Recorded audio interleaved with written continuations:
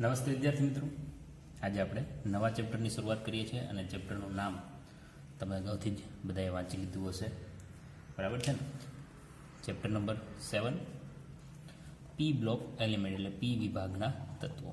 આજનું આપણું નવું ચેપ્ટર પી વિભાગના તત્વો. હવે આપણે જાણીએ છીએ કે આવર્ત કોષ્ટક મેન્ડેલિફ નામના વૈજ્ઞાનિકે ઘણી બધી મહેનત કરીને ઘણા બધા વૈજ્ઞાનિકોના ફાળા પછી કે વિદ્યાર્થીઓ આસાનીથી ફટાફટ બધા તત્વોને ઓળખી શકે એમની રાસાયણિક પ્રક્રિયાઓ કઈ છે. તમે ધોરણ 11માની અંદર ભણી ગયા છો કે એ રીતે આવર્ત કોષ્ટકની ધીમે ધીમે શોધ થઈ હતી. તો મેન્ડેલિફે પોતાનું યોગદાન આપ્યા પછી એમની અંદર આવર્ત કોષ્ટકની અંદર એમણે 4 વિભાગમાં એમની વહેંચણી કરેલી છે: એસ વિભાગ, પી વિભાગ, ડી વિભાગ અને એસ વિભાગ, બરાબર છે? તો એ જે 4 વિભાગ છે એમાંથી આપણે અત્યારે હાલમાં કયા વિભાગ વિશે ભણવાનું છે? પી વિભાગ વિશે. તો 4 વિભાગ છે: એસ, પી, ડી અને એફ, બરાબર છે? હવે આપણે એ પણ જાણીએ છીએ કે એસ વિભાગની અંદર 2 સમૂહો હોય છે. કેટલા સમૂહો હોય છે? 2. કારણ કે એ પણ જાણી લેજો, કારણ કે એસ વિભાગની અંદર એસ કોણ છે? પેટા કક્ષક છે, બરાબર ને? ઓર્બિટલ જેને કહી શકાય. એમની અંદર પૌલીના નિષેધના નિયમ પ્રમાણે કેટલા ઇલેક્ટ્રોન સમાઈ શકે છે? તો કે એસની અંદર 2 ઇલેક્ટ્રોન સમાય છે. તો વસ્તુને યાદ રાખજો કે જેટલા ઇલેક્ટ્રોન સમાતા હશે એટલા એમના સમૂહો હશે. તો એસ વિભાગના કેટલા સમૂહ છે? 2. કારણ કે એસ કક્ષકની અંદર કેટલા ઇલેક્ટ્રોન સમાય? 2 ઇલેક્ટ્રોન. ચલો, ઓકે છે. એ જ રીતે પી વિભાગ એમની અંદર આપેલો છે. પી વિભાગની અંદર 3 પેટા કક્ષક હોય છે: પી એક્સ, પી વાય અને પી ઝેડ. ટોટલ એમની અંદર પી વિભાગમાં કેટલા આવે છે? તો ક્યાં એટલા આવશે? 6 સમૂહો એમની અંદર આવે છે, બરાબર ને? કારણ કે પી કક્ષકની અંદર ટોટલ 6 ઇલેક્ટ્રોન સમાય. ક્યાં ક્યાં? તો કે p x, p y and p z હરેકની અંદર 2 ઇલેક્ટ્રોન આવે છે, બરાબર છે? આ વસ્તુ તમે 11મા ધોરણની અંદર શીખી ગયા છો. એ જ રીતે ડીની અંદર 10, એ જ રીતે એફની અંદર 14. આગળ પણ આપણે જાણી ગયા છીએ. સિમ્પલ રીતે તમને પૂછવામાં આવે કે કેમ એસ વિભાગ, કેમ પી વિભાગ, કેમ ડી વિભાગ ને કેમ એફ વિભાગની વહેંચણી કરવામાં આવી છે, તો એમની સિમ્પલ અને સરળતાથી યાદ રહી જાય એવી એક જ વ્યાખ્યા છે કે દરેક તત્વનો કોણ નક્કી કરે છે? તો દરેક તત્વોનો છેલ્લો અથવા સંયોજકતા કોષમાંનો ઇલેક્ટ્રોન, સંયોજકતા કોષમાંનો ઇલેક્ટ્રોન જે કક્ષકમાં હોય છે, જે કક્ષકમાં હોય તેનો વિભાગ બતાવે છે, બરાબર ને? છેલ્લી કક્ષક કઈ છે? તો કે એસ વિભાગ, પી વિભાગ, ડી વિભાગ અને એફ. જે પણ તત્વનો છેલ્લો ઇલેક્ટ્રોન કઈ કક્ષકની અંદર છે એ શું બતાવશે? એમનો વિભાગ બતાવે. જેમ કે તમને પૂછવામાં આવે, ચલો બતાવો ભાઈ, હાઇડ્રોજન, તો કે એમની પાસે એક જ ઇલેક્ટ્રોન છે. ઇલેક્ટ્રોનની ગોઠવણી 1s1. છેલ્લો ઇલેક્ટ્રોન ક્યાં છે? લાસ્ટ એક જ છે, એસ. તો હાઇડ્રોજનનો સમાવેશ ક્યાં થાય છે? એસ વિભાગની અંદર. હા, ભલે અપવાદરૂપ છે, કારણ કે આપણે કોઈ પણ સ્થાનની અંદર એમને ગોઠવવામાં આવ્યો નથી, કારણ કે એમના ગુણધર્મોના લીધે, બરાબર છે? હિલિયમની વાત કરો, તમે નાઇટ્રોજનની વાત કરો. નાઇટ્રોજન પાસે 7 ઇલેક્ટ્રોન છે. ગોઠવણી કરીએ, પહેલાં 2 ઇલેક્ટ્રોન, પછી ફરી 2 ઇલેક્ટ્રોન અને પછી કેટલા આવશે? 3 ઇલેક્ટ્રોન. તો છેલ્લો ઇલેક્ટ્રોન ક્યાં દાખલ થાય છે? પીની અંદર. તો નાઇટ્રોજનનો સમાવેશ ક્યાં થતો હશે? પી વિભાગની અંદર. આ રીતે સંયોજકતા કોષમાં જે છેલ્લો ઇલેક્ટ્રોન છે, બરાબર છે, એ કઈ કક્ષકની અંદર છે એમના ઉપરથી નક્કી કરવામાં આવે છે કે એ જે તે તત્વ કયા વિભાગમાં હશે. તો સિમ્પલ રીતે જોવા જઈએ તો એ ઇલેક્ટ્રોન શું બતાવે છે? એક પ્રકારનું પોતાનું એડ્રેસ જ બતાવે છે. ઇલેક્ટ્રોન ક્યાં હશે એમની માહિતી આપણે આવર્ત કોષ્ટક ઉપરથી તેમજ છેલ્લા ઇલેક્ટ્રોન ઉપરથી મેળવી શકીએ છીએ, બરાબર છે? એ જ રીતે આપણે વાત કરીએ છીએ આવર્ત કોષ્ટક વિશે. તમે ઘણું બધું જાણો છો. એમની અંદર આડી લાઈનને, આવર્ત કોષ્ટકમાં આડી લાઈનને શું કહેવામાં આવે છે? આવર્ત. ઇંગ્લિશની અંદર શું કહેવામાં આવશે? પીરિયડ. અને ઊભી લાઈનને ઉપર લખ્યું શું કહેવામાં આવશે? સમૂહ. તો ટોટલ એવા સમૂહ કેટલા છે? એમના આવર્ત કેટલા છે? તો ટોટલ આવર્ત છે 7, સમૂહ છે 18, બરાબર છે? એમાંથી આપણે ભણવાના કેટલા છે? માત્ર પી વિભાગમાં આવતા હોય એટલા જ. એટલે કે પી વિભાગમાં કેટલા સમૂહો આવે છે? તો કે 13મી ઊભી લાઈનથી 18મી ઊભી લાઈન સુધી આપણે અહીંયા ભણવાનું છે. એમાં ખાસ કરીને 13 અને 14 નંબરની ઊભી લાઈનો એટલે કે સમૂહો તમે ધોરણ 11ની અંદર ભણી ગયા છો. બરાબર છે. આપણે ઇન્ટ્રોડક્શન જેવું જ કાર્ય અત્યારે કરીએ છીએ. ઓકે, તો બાકી કેટલી રહી? 13, 14 ને કેન્સલ કરતો તો બાકી રહી અહીંયા 15, 16, 17 અને 18. બરાબર છે. આ 4 સમૂહો વિશે આપણે આ ચેપ્ટરની અંદર ભણવાનું છે. એ 4 સમૂહોની અંદર આવતા તત્વો, એમની સંપૂર્ણ માહિતી, એમની બનાવટ, કઈ કઈ રાસાયણિક પ્રક્રિયાઓ આપે છે, ઇલેક્ટ્રોનેગેટિવિટી શું છે, બધા રાસાયણિક ગુણધર્મો, ભૌતિક ગુણધર્મો વિશે, એ પૃથ્વીના પેટર્નમાં કયા સ્વરૂપમાં મળે છે, એમની સંપૂર્ણ માહિતી આપણે આ ચેપ્ટરની અંદર ભણવાની. તો ધીમે ધીમે શરૂઆત આપણે ચેપ્ટર તરફ જ આગળ વધીએ છીએ. આડી લાઈનની વાત કરતી, જો કે ધોરણ 11ની અંદર આ બધું તમે શીખી ગયા છો. ઓકે, તો હવે ડાયરેક્ટલી આપણે પી વિભાગ તરફ ફોકસ કરીએ. તો પી વિભાગની અંદર અહીંયા આપણે કમ્પ્લીટ લખીએ છીએ બે વિભાગ ટી. કેટલામ નંબર આવશે? 13મો, 14મો, 15મો, 16મો, 17મો અને 18મો સમૂહ. બરાબર છે. 18મા સમૂહને પહેલાં આપણે તત્વ લખી લઈએ, પછી એમની આપણે માહિતી આપીશું કે 18મા સમૂહમાં કોણ કોણ તત્વ આવે છે, એમની આપણે અહીંયા સમજૂતી લઈએ. બરાબર છે. તો સૌપ્રથમ સમૂહ છે 13મો. 13મા સમૂહની અંદર બોરોન આવે છે, એલ્યુમિનિયમ આવે છે, ગેલિયમ આવે છે, ઇન્ડિયમ આવે છે અને થેલિયમ આવે છે. ચલો, 14મા સમૂહની અંદર યાદ રાખવાની સિમ્પલ ટ્રીક તમને બધાને યાદ જ હશે. Carbon, silicon, germanium. બરાબર છે. Carbon, silicon, germanium, tin. બરાબર. અને લેડ. ચલો આગળ વધીએ. નાઇટ્રોજન, ફોસ્ફરસ, આર્સેનિક, એન્ટીમની અને બિસ્મથ. 16મા સમૂહની વાત કરીએ તો oxygen, sulphur, સિલેનિયમ, tellurium and polonium. 17મા સમૂહ તો બધાને ખૂબ જ યાદ હશે, કારણ કે ઘણા બધા તત્વોની અંદર જ્યારે પણ સંપૂર્ણ માહિતી મેળવવાની હોય, ઘણા બધા તત્વોની રિએક્શન આપવાની હોય, ત્યારે 17મા સમૂહનો કોઈ પણ એક તત્વ હાજર જ હોય છે.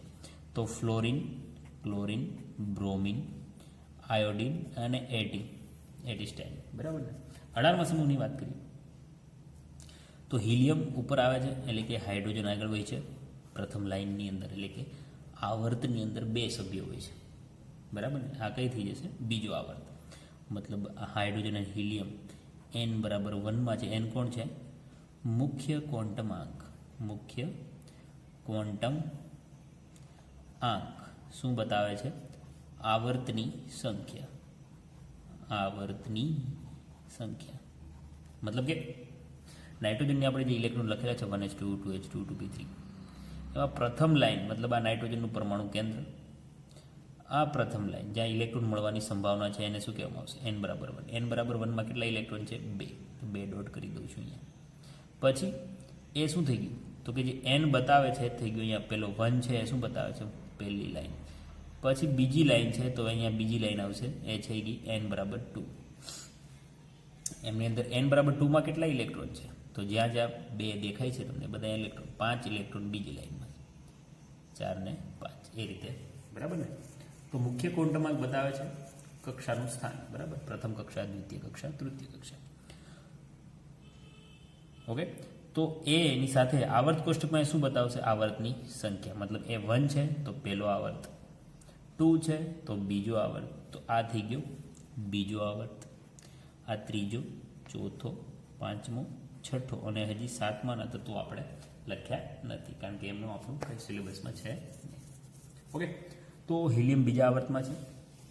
ફ્લોરિનની બાજુમાં આવશે neon, argon, helium, neon, argon, krypton, xenon and radon. ચલો, અહીંયા સુધીની તમને માહિતી આપવામાં આવેલી છે. એમાંથી આપણે ભણવાની કઈ છે એ મેં પહેલાં તમને કહી દીધું. 13મો અને 14મો સમૂહ તમે ધોરણ 11માની અંદર ભણી ગયા છો. તો 15, 16, 17 અને 18 વિશે આપણે માહિતી મેળવવાની છે. 16મા સમૂહનું આપણે નામ આપ્યું છે ચાલ્કોજન. શું નામ છે? ચાલ્કોજન.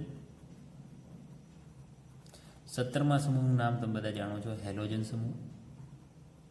18મા સમૂહને આદર્શ વાયુ ગ્રુપ તરીકે ઓળખવામાં આવે છે. નોબલ ગેસ શું કહેવામાં આવે છે? Noble gas.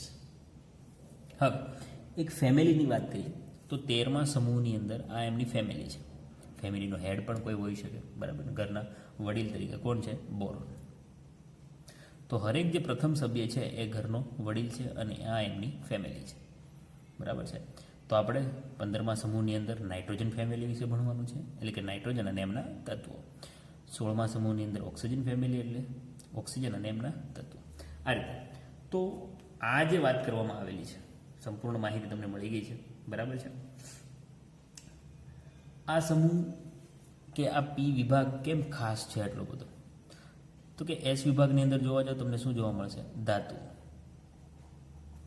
ડી વિભાગની અંદર તમને શું જોવા મળશે? ધાતુઓ.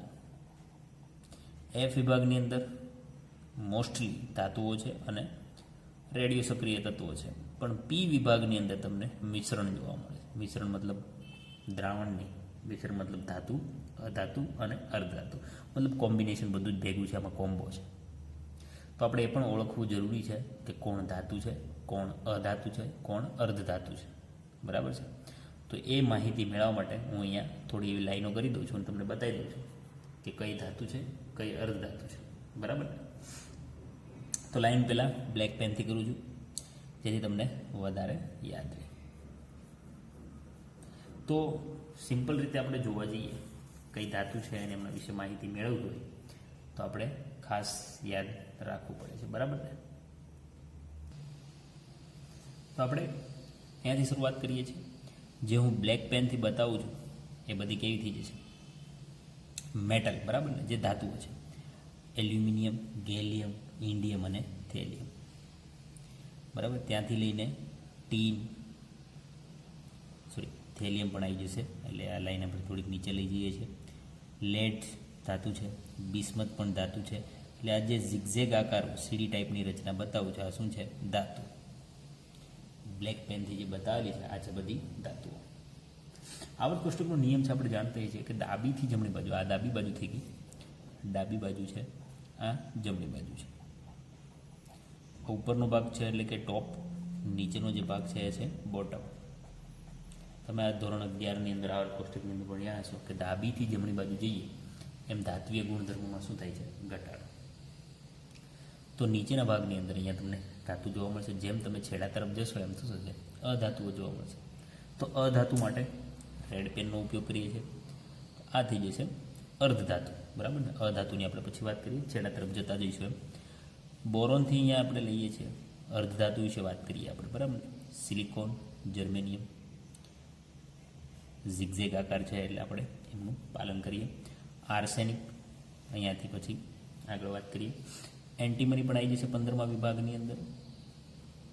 રેડ પેનથી અહીંયા બતાવું છું એ અર્ધધાતુ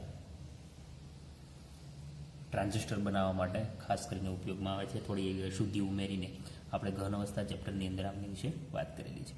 પછી ટેલુરિયમ અને પોલોનિયમ. પોલોનિયમ તો થોડું રેડિયો સક્રિય પણ થઈ જશે, તો એમને આપણે ના ગણીએ તો એ ચાલે. આ રેડ પેનથી બતાવેલું છે બધું શું છે? અર્ધધાતુ. બોરોનને પણ ના ગણો તો પણ ચાલે છે, બરાબર ને. હવે અધાતુની વાત કરીએ તો હું ગ્રીનથી બતાવું છું. એમાં કાર્બન, નાઇટ્રોજન, ઓક્સિજન આવી જાય, બરાબર છે. સલ્ફર અને સિલેનિયમ પણ આવી જશે. નાઇટ્રોજન અને ફોસ્ફરસ પણ આવી જશે. ચાલો, આ ત્રણ અહીંયા બતાવેલા છે. તો આ થઈ ગયા અધાતુ. રેડ પેનથી બતાવેલું છે અર્ધધાતુ, મેટલોઇડ્સ જેને કહેવાય. અને બ્લેકથી બતાવેલા છે ધાતુઓ. તો થઈ ગઈ ડાબીથી જમણી બાજુ જઈએ એમ ધાત્વીય ગુણધર્મોમાં શું થશે? ઘટાડો. તો આપણે ડાયરેક્ટલી પી વિભાગનું બધી માહિતી અહીંયા તમને આપી દીધી. ઓકે, હવે વાત કરીએ ભાઈ તો આ 17 અને 18મા સમૂહનું શું, બરાબર. તો 17મો સમૂહ તો બધા આપણે એની અંદર ગેસ જોવા મળે છે. કમ્પ્લીટ વસ્તુ છે, હેલોજન વસ્તુ છે. આ બધા જ કેવા છે? અધાતુઓ. એ જ રીતે આ પણ બધા કેવા છે? અધાતુઓ. આપણે એમને નોબલ ગેસ તરીકે ઓળખીએ છીએ. તો ધાતુ, અર્ધધાતુ અને અધાતુ વિશે સંપૂર્ણ માહિતી આપણે અહીંયા મળે છે, બરાબર છે. અર્ધધાતુ વિશે તો તમે ફિઝિક્સની અંદર પણ ભણેલા છો કે જેમનાથી ટ્રાન્ઝિસ્ટર બનાવવામાં આવે છે.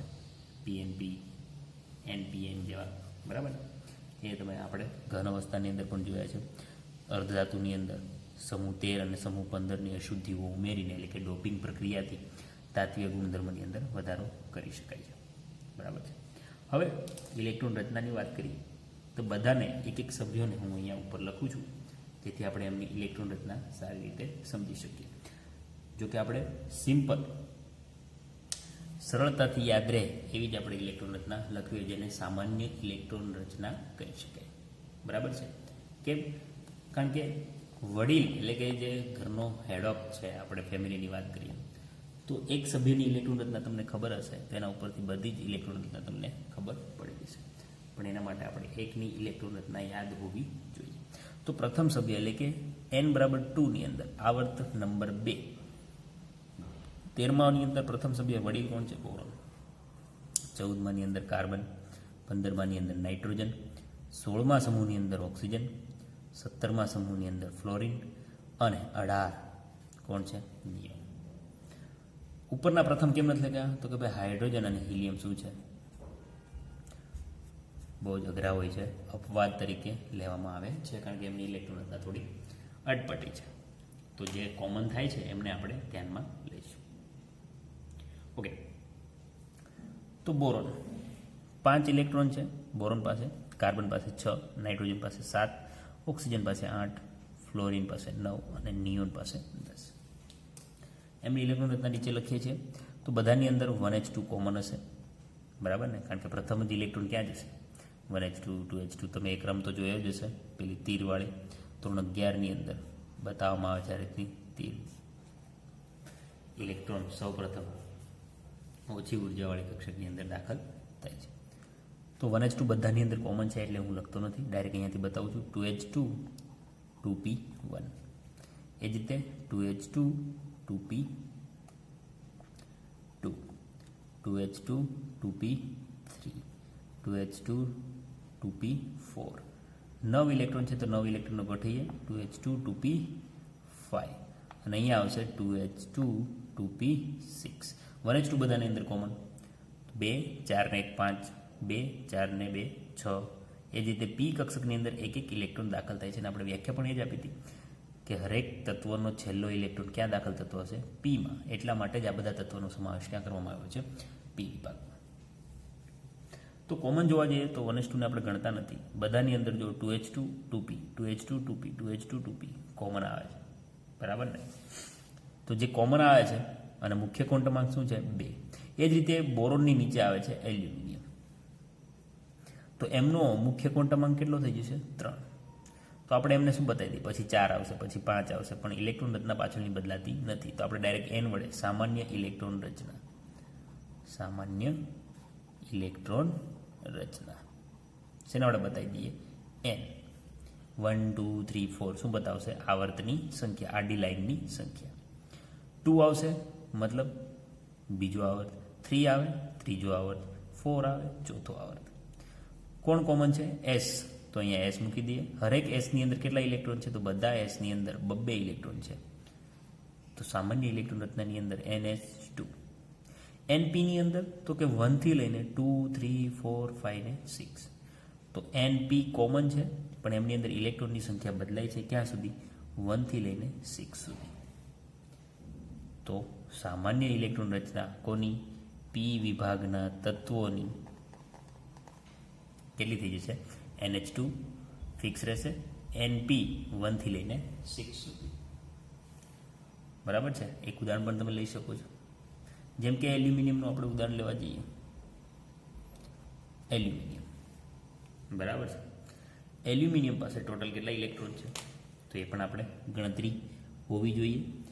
એલ્યુમિનિયમની વાત કરો, તમે કાર્બનની નીચેના તત્વની કોઈ પણની વાત કરો, બરાબર છે? તો એલ્યુમિનિયમની અહીંયા વાત કરીએ તો એમની ઇલેક્ટ્રોન રચના લખીએ. એમની ઇલેક્ટ્રોન રચનાને આપણે કોની સાથે? સામાન્ય ઇલેક્ટ્રોન રચના સાથે મેચ કરવાની છે, જેથી આપણે સામાન્ય ઇલેક્ટ્રોન રચના કેટલા પ્રમાણમાં સાચી છે એમની અહીંયા આપણે માહિતી મળશે. કમ્પ્લીટ વસ્તુ છે. તો એમની વાત કરીએ. એલ્યુમિનિયમ પાસે 13 ઇલેક્ટ્રોન છે, બરાબર ને? તો અહીંયા બતાવી દઈએ 13. ચલો એમના ઇલેક્ટ્રોનને આપણે અરેન્જ કરીએ. 1s ની અંદર 2 ઇલેક્ટ્રોન, 2s ની અંદર 2 ઇલેક્ટ્રોન, 2s પછી કોનો ક્રમ આવે 2p, pની અંદર કેટલા ઇલેક્ટ્રોન હોય છે 6, ગણી લઈએ 2 4 ને 6 10, ટોટલ કેટલા છે 13. મતલબ હજી આગળ વધીએ તો અહીંયા આવશે 2p પછી તો ક્રમ આપને યાદ હોવો જોઈએ. 3s ફરી s કક્ષકની અંદર 2 ઇલેક્ટ્રોન, પછી આવે છે ઇલેક્ટ્રોન ક્યાં જશે 3pની અંદર. તો ફરી વાર ગણી લઈએ 2 4 6 10 થઈ ગયા, 10 ને 2 12, ટોટલ 13 ઇલેક્ટ્રોન છે. એટલે પી કક્ષકની અંદર છેલ્લો ઇલેક્ટ્રોન દાખલ થશે અને એમની અંદર કેટલા આવશે 1. તો એક તો સાબિત થઈ ગયું કે એલ્યુમિનિયમ કયા વિભાગની અંદર છે. તો એ કક્ષક પ્રમાણે આપણે જાણી શકીએ છીએ કે એ પી વિભાગમાં છે. હવે ઇલેક્ટ્રોન રચના શું છે તો અહીંયા આપણે બતાવી દઈએ કે એમની ઇલેક્ટ્રોન રચના છે NH2NP1. તો આપણી સામાન્ય ઇલેક્ટ્રોન રચના NP1 મતલબ પી કક્ષકની પી વિભાગની જે શરૂઆત થાય છે, એટલે કયો સમૂહ છે પી વિભાગની શરૂઆતમાં 13મો 14મો 15મો 16મો 17મો અને 18. 1 કોની હોઈ શકે તો કે સ્ટાર્ટિંગથી છે એટલે 13ની, બરાબર છે. 3 આવેલે છે એટલે એનની કિંમત શું બતાવે છે અહીંયા 3, અને એનની કિંમત શું બતાવે છે આવર્તની સંખ્યા. આવર્તની સંખ્યા કેટલામાં આવર્તમાં ઇલેક્ટ્રોન આ તત્વ હાજર છે તમને સિમ્પલ રીતે કહી દીધું હોય કે સંયોજકતા કક્ષા 3h2 3p1 કયા તત્વની છે, બરાબર છે. તો 3 મતલબ n ઇઝ ઇક્વલ ટુ 3 બરાબર આવર્તની સંખ્યા મતલબ ત્રીજી લાઇનમાં, ત્રીજી આડી લાઇનમાં આ તત્વ હોવું જોઈએ. એક ફાઇનલ થઈ ગયું, બરાબર છે.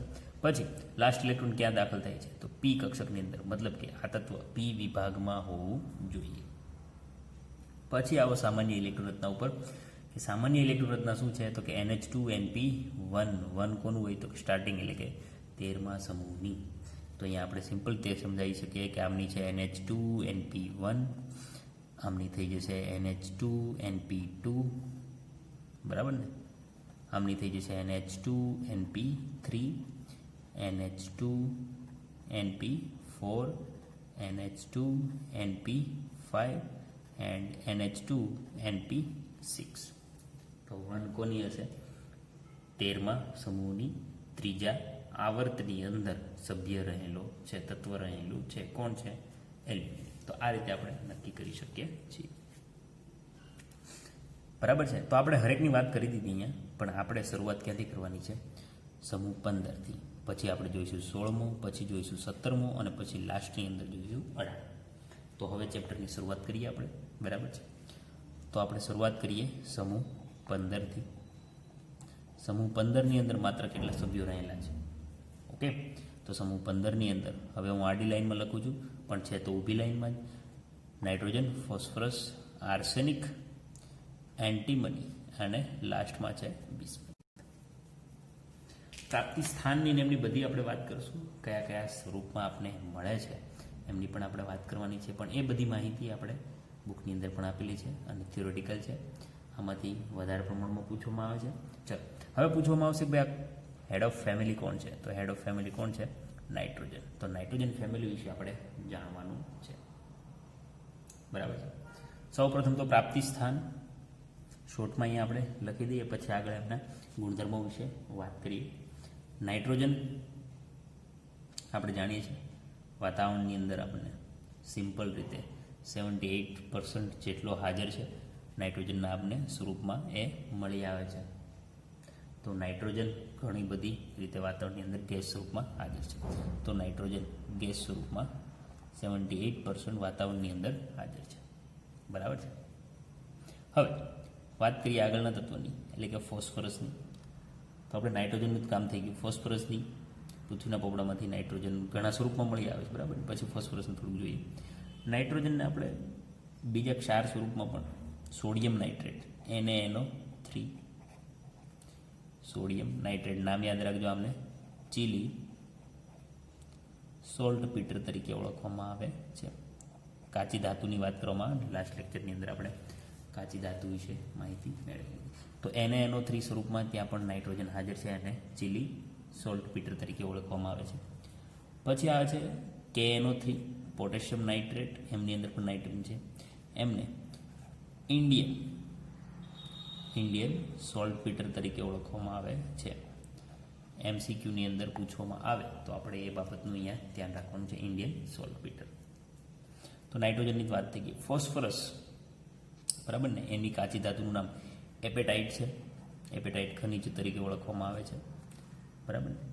એપેટાઇટ ખનિજમાંથી ફોસ્ફરસને મેળવવામાં આવે છે. અને એ જેમ કે એમનું સૂત્ર છે Ca9PO4 6 Ca, એટલે કે કેલ્શિયમ અને હેલોજન સમૂહ હાજર હોય છે. પછી કાચી ધાતુનું નામ અત્યારે યાદ ના રહે તો કાંઈ નહીં. પછી ફ્લોર એપેટાઇટ છે, જેમની અંદર ફ્લોરિન હોય છે.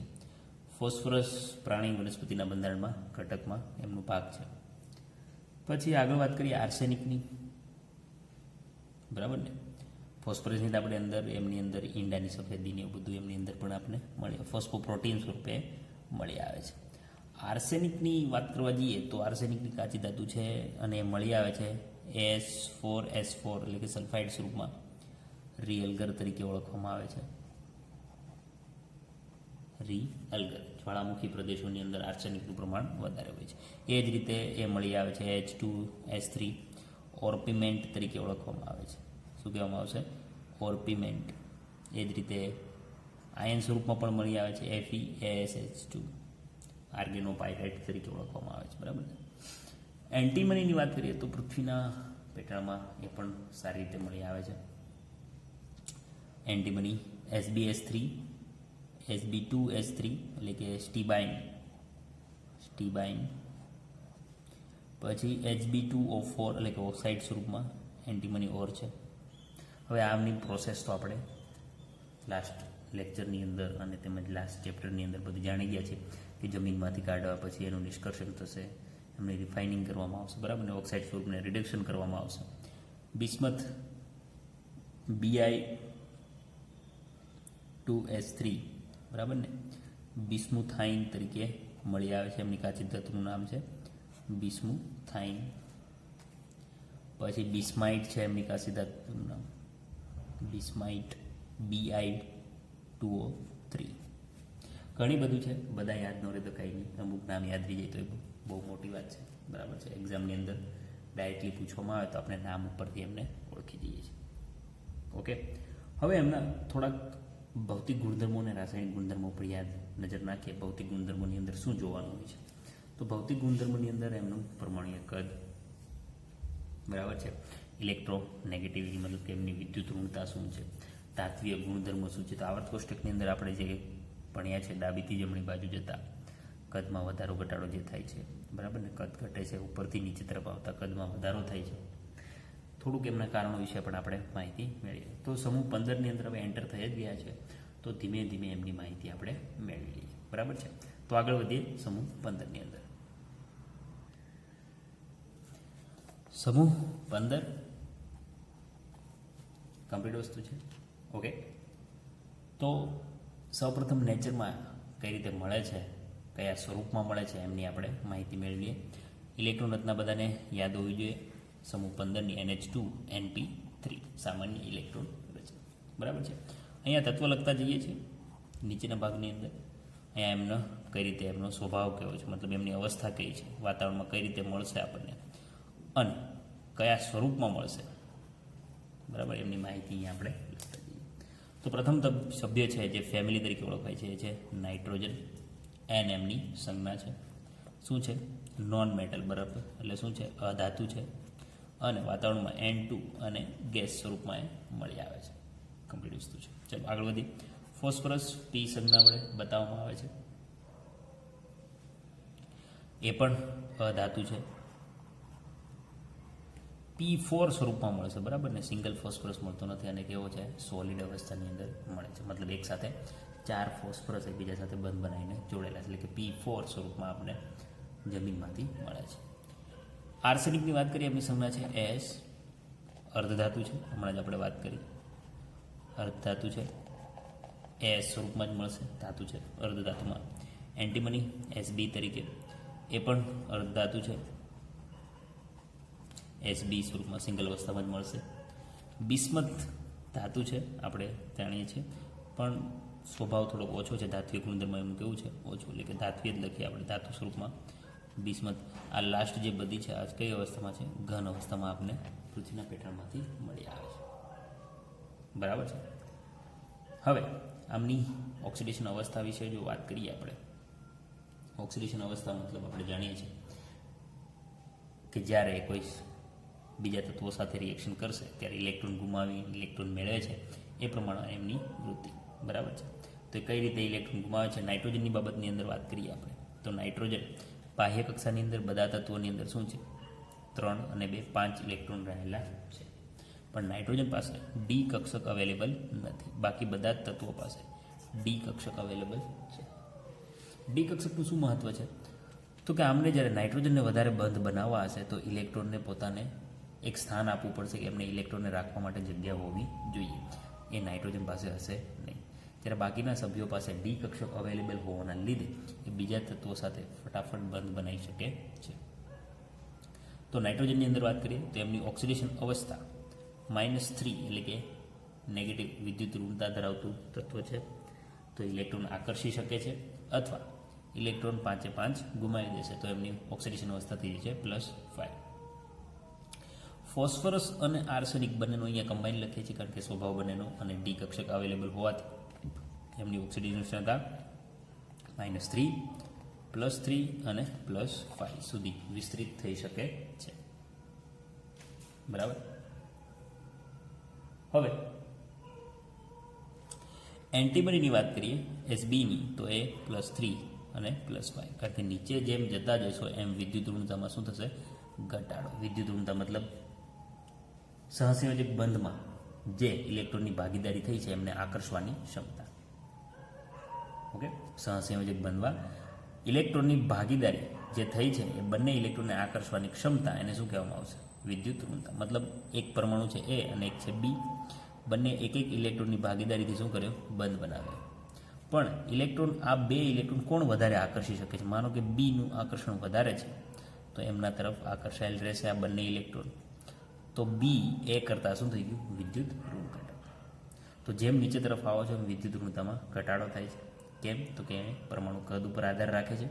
તેમની આપણે હમણાં જ વાત કરીશું પરમાણુ કદનો જ્યારે ટોપિક આવશે ત્યારે. તો +3 અને +5.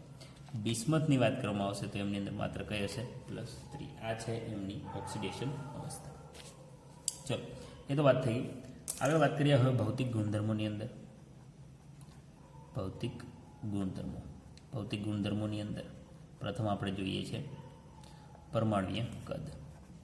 પરમાણુનું કદ કેવડું છે એમની અહીંયા વાત કરવાની છે. પરમાણુય કદ અથવા આયનીય કદ મતલબ જ્યારે આયન બનાવશે ત્યારની વાત છે.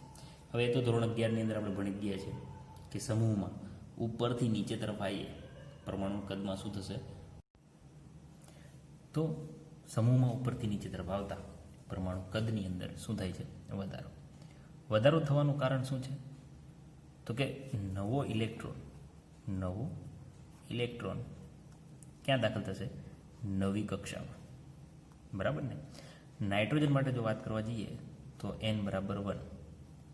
એનો ઇલેક્ટ્રોન લાસ્ટ ક્યાં હશે? n = 2ની અંદર કારણ કે એ બીજા આવર્તની અંદર છે. પરંતુ ફોસ્ફરસની વાત કરીએ તો એનો ઇલેક્ટ્રોન ક્યાં જતો રહેશે? 3ની અંદર. આર્સેનિકની વાત કરો તો એનો ઇલેક્ટ્રોન ક્યાં રહેશે? લાસ્ટ 4ની અંદર, n = 4ની અંદર. તો નવો ઇલેક્ટ્રોન નવી જ કક્ષામાં દાખલ થાય છે. તેથી પરમાણુ કેન્દ્રથી એમનું અંતર કેવું થઈ છે? વધતું જશે. બરાબર. તો નાઇટ્રોજન અને ફોસ્ફરસ આમની બે તત્વોની અંદર પરમાણુ કદમાં શું થાય છે? ખાસો એવો વધારો થાય છે. પણ અપવાદરૂપ તો હંમેશા હોય છે. તો આર્સેનિકથી બિસ્મથ તરફ જશો એટલો બધો વધારો થતો નથી. કેમ? કારણ કે ત્યાં એમના આગળના તત્વો કોણ હશે? ડી અને એફ વિભાગમાંથી આવે છે. એફ વિભાગ, એફ લેન્થેનાઇટ સંકોચન થાય છે એટલે કદમાં થોડો એવો શું થાય છે? ઘટાડો. બરાબર છે. આ રીતે આપણે પરમાણુ કદ અને આયનીય કદની વાત કરીએ. ચલો નેક્સ્ટ વાત કરીએ બીજો ભૌતિક ગુણધર્મો જે હંમેશા જરૂરી છે. નંબર 2ની આપણે વાત કરીએ છીએ વિદ્યુત ઋણતાની બાબતની અંદર વાત કરી દઈએ. વિદ્યુત ઋણતા શું છે? તો હમણાં જ વાત કરેલી એ અને બી મતલબ કે જ્યારે પણ સહસંયોજક બંધ એટલે કે ઇલેક્ટ્રોનની સમાન ભાગીદારી થઈને બંધ બનેલો હશે એ બંધની અંદર ઇલેક્ટ્રોન આકર્ષવાની ક્ષમતાને શું કહેવામાં આવશે? વિદ્યુત ઋણતા. તો ઇલેક્ટ્રોન ઉપર નેગેટિવ સાઇન છે, કેન્દ્રમાં પોઝિટિવ. જેમ બંને નજીકમાં હશે એમ આકર્ષણમાં શું થશે? વધારો. તો વિદ્યુત ઋણતા કેવી હશે? વધારે. તો જેમ કદ નાનું એમ વિદ્યુત ઋણતા વધે, જેમ કદ વધે એમ વિદ્યુત ઋણતા ઘટે. બંને વ્યસ્ત પ્રમાણમાં સંબંધ ધરાવે છે. તો વિદ્યુત ઋણતા ચલે છે 1/કદ. તો કદમાં તો હમણાં જ કીધું, નીચે તરફ જઈએ એમ કદમાં શું થાય છે? વધારે. તો વિદ્યુત ઋણતા શું થાય? ઘટે. કારણ શું તે તમે સમજી ગયા છો કે ઇલેક્ટ્રોન જેમ પરમાણુ કેન્દ્રથી દૂર હશે એમ એમને આકર્ષી શકતો નથી, કારણ કે પ્લસ અને નેગેટિવ વચ્ચે અંતર વધી ગયું છે. તો ઉપરથી નીચે તરફ જતા, ઉપરથી સમૂહમાં ઉપરથી નીચે તરફ જતા વિદ્યુત ઋણતા શું થાય? ઘટે. બીજી રીતે પણ યાદ કરી શકો છો, ફોટો ઇલેક્ટ્રિક અસર. ફોટો ઇલેક્ટ્રિક અસર એટલે કે ઇલેક્ટ્રોન ઉત્તેજિત થવાનું, જ્યારે લાઇટ એમના ઉપર પડે છે કોઈ પણ ધાતુ ઉપર, ત્યારે શું થાય છે? ઇલેક્ટ્રોન ઉત્પન્ન થાય છે. તો જે ઇલેક્ટ્રોન ઉત્પન્ન થાય છે, બરાબર છે, એ ક્યારે ઉત્પન્ન થશે? મોસ્ટલી આ જે અસર છે કોની અંદર જોવા મળે છે? ધાતુની અંદર. તો સમૂહમાં ઉપરથી નીચે તરફ આવીએ એમ ધાત્વિક ગુણધર્મોમાં શું થાય છે? વધારો. અહીંયાથી તમને દેખાય છે અધાતુ, અર્ધધાતુ અને છેલ્લે કોણ આવશે? ધાતુ. તો સમૂહમાં જેમ ઉપરથી નીચે તરફ આવીએ એમ ધાત્વિક ગુણધર્મ વધે છે. તો ધાતુ હંમેશા ઇલેક્ટ્રોન ગુમાવવાની વૃત્તિ ધરાવશે, બરાબર? એ ઇલેક્ટ્રોન મેળવશે નહીં. તો ઇલેક્ટ્રોન એટલે કે વિદ્યુત ઋણતા એમની કેવી હશે? ઓછી. તો સમૂહમાં ઉપરથી નીચે તરફ આવતા વિદ્યુત ઋણતામાં શું થાય છે? ઘટાડો. બરાબર છે? ઓકે, તો અહીંયા હતું. અને ત્રીજો પોઈન્ટ આપણે જોવાનો છે, થર્ડની અંદર આપણે વાત કરીએ છીએ આયનીકરણ એન્થાલ્પી. આયનીકરણ એન્થાલ્પી મતલબ ઇલેક્ટ્રોન દૂર કરવા માટે આપવામાં આવતી ઉર્જા. તો જેમ પરમાણુ કદ એટલે કે પરમાણુ કેન્દ્ર ઇલેક્ટ્રોનને બંધિત નહીં હોય, મતલબ આકર્ષવાનું કેવું હશે? ઓછું. એમ આયનીકરણ એન્થાલ્પી કેવી હશે? ઓછી. તો પરમાણુ કદ જેમ વધે મતલબ ઇલેક્ટ્રોન દૂર જાય છે. ઇલેક્ટ્રોન દૂર મતલબ આકર્ષણ હોતું નથી, ઓછું હોય છે. તો એને આપણે ઓછી એનર્જી આપીને પણ ઇલેક્ટ્રોનને ત્યાંથી દૂર કરી શકીએ છીએ. તો સમૂહમાં ઉપરથી નીચે તરફ આવતા આયનીકરણ એન્થાલ્પી કદ વધવાની સાથે શું થાય છે? ઘટે છે. શું થશે? ઘટે છે, કારણ કે ઇલેક્ટ્રોન દૂર જાય છે. બરાબર છે? હવે એ પણ જાણીએ છીએ પ્રથમ આયનીકરણ એન્થાલ્પીને ΔH1 કહેવામાં આવે છે, પ્રથમ ઇલેક્ટ્રોનને દૂર કરવા માટે. એમના કરતાં કોણ મોટું હશે? ΔH2. એમના કરતાં કોણ મોટું હશે? ΔH3. etc. બરાબર ને? જેમ જેમ આગળ વધશો એક ઇલેક્ટ્રોનને દૂર કરવા માટે જેટલી ઉર્જા આપવામાં આવે છે એના કરતાં વધારે ઉર્જા કોને આપવામાં આવશે? બીજા ઇલેક્ટ્રોનને દૂર કરવો હશે ત્યારે. કમ્પ્લીટ વસ્તુ છે. તો જે અવસ્થા પ્રમાણે આપણે ગેસની એમની વાત કરી લીધી, પછી એમના આપણે અપર રૂપો પણ જોવાના છે. અપર રૂપો મતલબ શું છે? અપર રૂપો અહીંયા સાઈડમાં લખી દઉં છું ફટાફટ સમજી લેવા માટે. અપર રૂપો મતલબ ભાઈ પણ કહી શકો, સમાન ભાઈ બે. બરાબર ને? જેમ કે કાર્બનના અપર રૂપો કોણ છે? ગ્રેફાઇટ અને ડાયમંડ એટલે કે હીરો. બંનેની પ્રોપર્ટી થોડી થોડી અલગ છે, તો એમને શું કહેવામાં આવશે? અપર રૂપો. તો મોસ્ટલી બધા જ ના અપર રૂપો મળે છે. નાઇટ્રોજનના છે, બરાબર? નાઇટ્રોજન અને બિસ્મથને થોડા એવા છોડવામાં આવે છે, બાકી બધાને તમને ઓલ્ડ બધા જ અપરૂપો બતાવે છે. પછી વાત કરવામાં આવે સમસ્થાનિકોની. સમસ્થાનિકો એટલે બધાને ખબર જ છે, જેમના પરમાણુ ક્રમાંક સમાન હોય પરંતુ પરમાણુ ભાર અલગ અલગ હોય એમને શું કહેવામાં આવશે? એકબીજાના સમસ્થાનિકો. જેમ કે હાઇડ્રોજનના 3 સમસ્થાનિકો છે, 1H1, 1H2, 1H3. એકને પ્રોટિયમ કહેવામાં આવે છે, ડ્યુટેરિયમ અને ટ્રિટિયમ. એવી જ રીતે નાઇટ્રોજન બતાવે છે, એ જ રીતે આર્સેનિક, એન્ટીમની. નાઇટ્રોજનના કોણ છે? 14 અને 15. એન્ટીમની એ જ રીતે બધા જ તત્વો અપરૂપો સમસ્થાનિકો બતાવે છે. હવે બોઇલિંગ પોઈન્ટ અને મેલ્ટિંગ પોઈન્ટની વાત કરવામાં આવે તો એમાં પણ ઘન અવસ્થા છે. સૌથી વધારે બોઇલ મતલબ શું થાય છે? ઉકાળવું, મતલબ વરાળ સ્વરૂપમાં લઈ જવું. તો નાઇટ્રોજનનું ઓલરેડી એ કઈ અવસ્થામાં છે? ગેસ અવસ્થામાં. તો ઉપરથી તમે નીચે તરફ આવશો એમના બોઇલિંગ પોઈન્ટ અને મેલ્ટિંગ પોઈન્ટમાં શું થશે? વધારો જણાવવા મળે છે. તો મેક્સિમમ આપણે ભૌતિક ગુણધર્મો વિશે અહીંયા વાત કરી દીધી છે. હવે આગળના ગુણધર્મો એટલે કે રાસાયણિક ગુણધર્મો આપણે નેક્સ્ટ લેક્ચરની અંદર આપણે એમના વિશે થોડો વધારે ખ્યાલ અને વધારે માહિતી એમની વિશે મેળવીશું.